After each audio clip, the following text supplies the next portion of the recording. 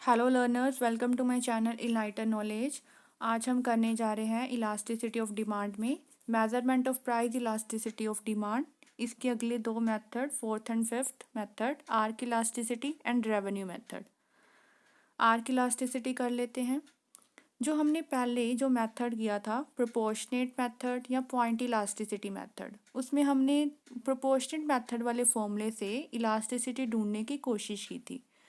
लेकिन इकोनॉमिस्ट मानते हैं कि ये फॉर्मूला तभी अप्लाई करता है जब प्राइस और क्वांटिटी में स्मॉल चेंज आया हो।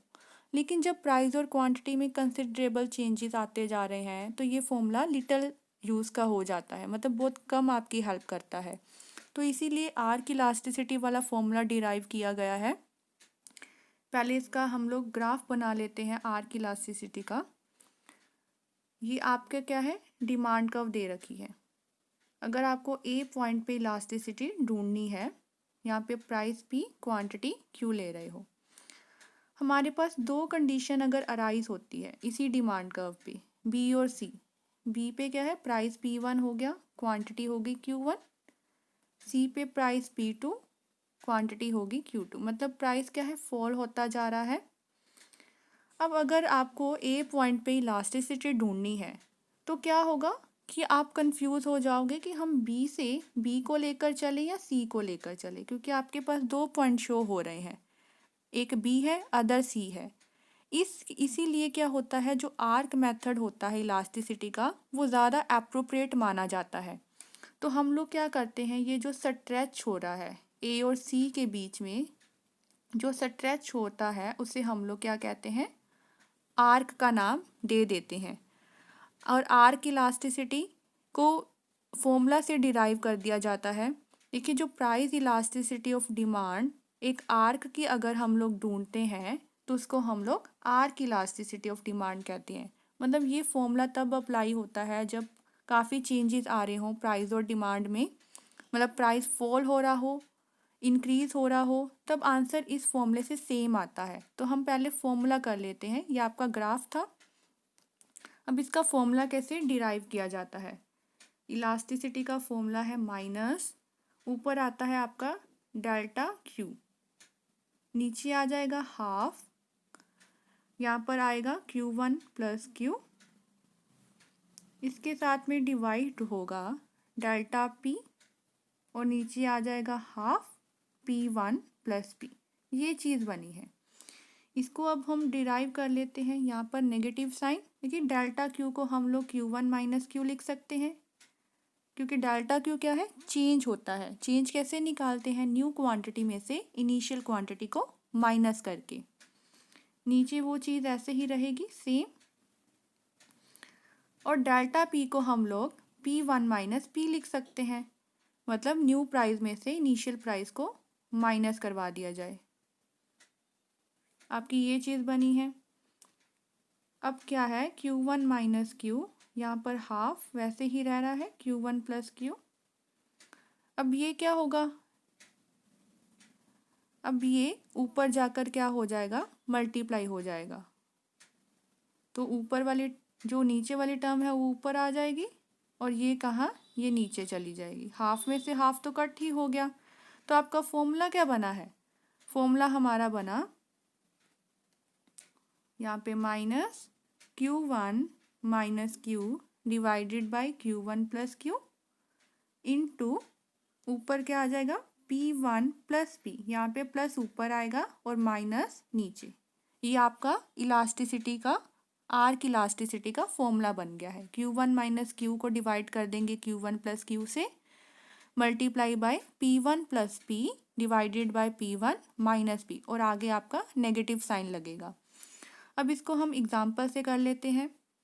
सपोज करो आइसक्रीम का प्राइस दे रखा है आपको 4 रुपीज़। ये है प्राइस ऑफ आइसक्रीम 4 रुपीज़, और वहाँ पे क्वांटिटी आप लोग ले रहे हो 1 यूनिट।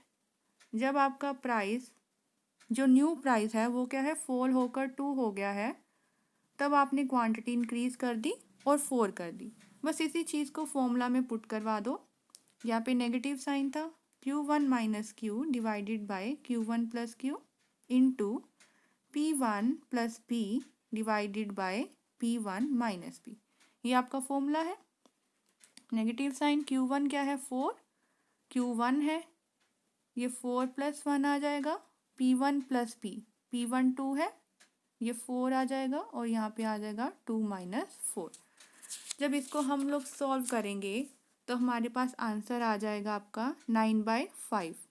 और 9/5 को अगर सॉर्ट आउट करेंगे ये क्या निकलता है, ग्रेटर देन 1 है, मतलब इलास्टिसिटी ग्रेटर देन 1 आ जाएगी। अब ये फॉर्मूला तो हम लोग वहाँ पर भी लगा सकते थे परसेंटेज में, लेकिन ये चीज़ क्या है, अगर हम लोग इसका उल्टा लेकर चलें, यहाँ पे प्राइस कम हो रहा है, पहले प्राइस 4 था, अब प्राइस 2 हो गया। अब हम क्या करते हैं, अलग कंडीशन ले लेते हैं। अगर एग्जाम्पल अब सपोज करो, अब आइसक्रीम का प्राइस 4 नहीं, अब आइसक्रीम का प्राइस 2 दे रखा है, तब आप क्वांटिटी ले रहे हो 4 की। जब आइसक्रीम का प्राइस अब बढ़ गया है, इंक्रीज हुआ है, तब क्वांटिटी ले रहे हो 1 की। अब फॉर्मूला वहीं डिराइव करके देखो, इलास्टिसिटी नेगेटिव, नीचे ऊपर क्या था, Q1 माइनस Q था, ये आ जाएगा 1 - 4 divided by 1 + 4 into P1 + P, 4 + 2 divided by 4 - 2। जब हम इसको भी सॉल्व करेंगे ये आ जाएगा -3/5, 6/2। तो इसका आंसर भी क्या निकल जाएगा, 9/5 या नेगेटिव साइन। ये भी क्या चीज़ है, माइनस से माइनस तो कट ही हो जाता है ये वाला, ये भी क्या है, ग्रेटर देन 1 ही निकला है, मतलब आंसर दोनों का सेम निकला है। इसका मतलब जो आर्क इलास्टिसिटी मेथड है, भले प्राइस फॉल करे राइज करे, आपकी रेशो सेम ही निकलती है, आंसर सेम निकलता है। लेकिन पॉइंट इलास्टिसिटी मेथड में ऐसा नहीं होता था, इसीलिए हम लोग आर्क इलास्टिसिटी मेथड को ज़्यादा सुपीरियर मानते हैं। अगला है रेवेन्यू मेथड। रेवेन्यू होता क्या है कि एक फर्म जब अपनी चीज़ों को सेल करती है प्रोडक्ट्स को, और जो उसके बदले में उसको पैसा मिलता है उसे हम लोग रेवेन्यू कहते हैं। सपोज करो 10 मीटर क्लॉथ को सेल करने से एक फर्म को 50 रुपये मिले, तो 50 रुपये क्या हो गया, उसका रेवेन्यू हो गया, टोटल रेवेन्यू। अगर हम टोटल रेवेन्यू को क्वांटिटी से डिवाइड कर दें, हमारा एवरेज रेवेन्यू निकल जाएगा। मान के चलो 50 रुपीज़ अमाउंट था, 10 मीटर क्लॉथ था, मतलब 1 मीटर पे उसको 5 रुपये मिल रहे हैं, तो 5 पर मीटर हो गया, ये आपका एवरेज रेवेन्यू हुआ।